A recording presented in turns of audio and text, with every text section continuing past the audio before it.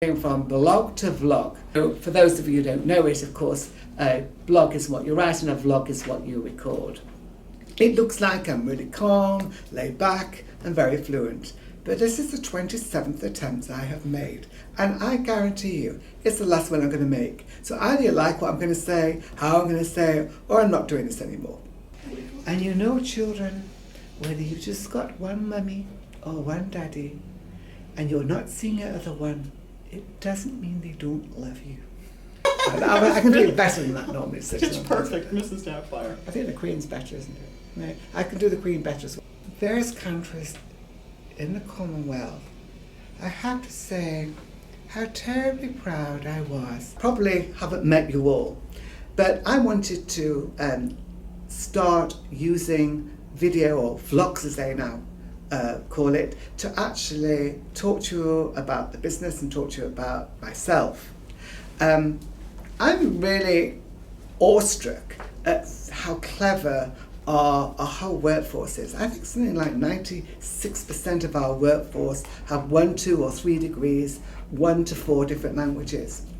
Now, I'll be honest with you, that's not me. I actually left school at the age of 15. Partially to irritate my parents and partially because I wasn't doing that well there. The only language I had was a kind of Northern Yorkshire. So how come I ended up running one of the top 10, I believe it's going to be in the top 10 language companies in the world? What is fascinating for me to see over the 34 years, and I'm now, by the way, I know you're going to be really shocked, but I'm 64 years old. I had to say that because if I didn't say that, you wouldn't believe that it was 34 years. No, I'm rambling on. Okay. 36 years ago, we started the business. Initially, mainly as a recruitment agency, and it wasn't until 2000 that the language business, which was only doing a turnover of around about £400,000 a year, really took off. And that took off because lots of things were happening in the world. The former Soviet Union dropped, so all those countries in the Union wanted to translate in their own language. The web came out, so people put their goods and services in cyberspace and they wanted people to communicate. It was actually like winning the lottery. It was fantastic what actually happened. The European Union, although we don't want to talk about that too much at the moment, but the European took away trade barriers, allowing all those countries to actually work with each other without lots of documentation. That had an amazing effect on the business. And today, from that £400,000 turnover, we will grow in this next year to around, we're in the next 12 months, we'll grow to around about £90 million. And you know what's great and what I'm most proud about it?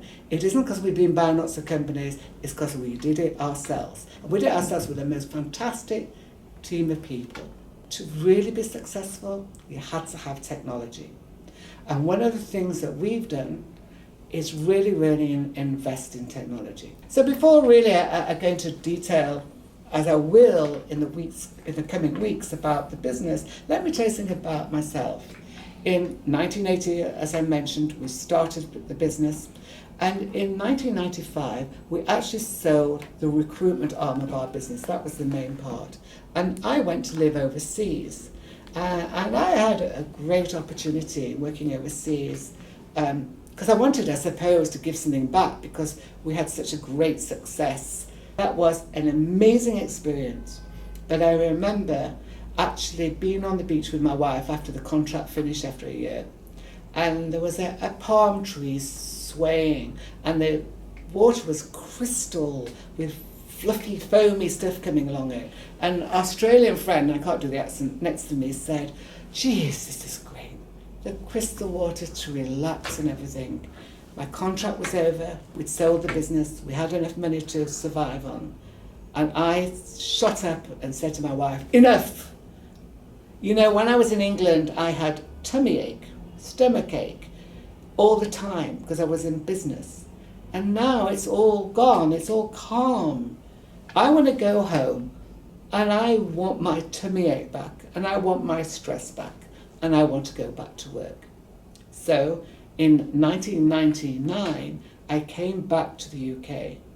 And that was really quite a shock because I'd left the UK owning a big company, number of thousands of people working for us, very, very successful, and I came back actually to really no business except a very, very small language business.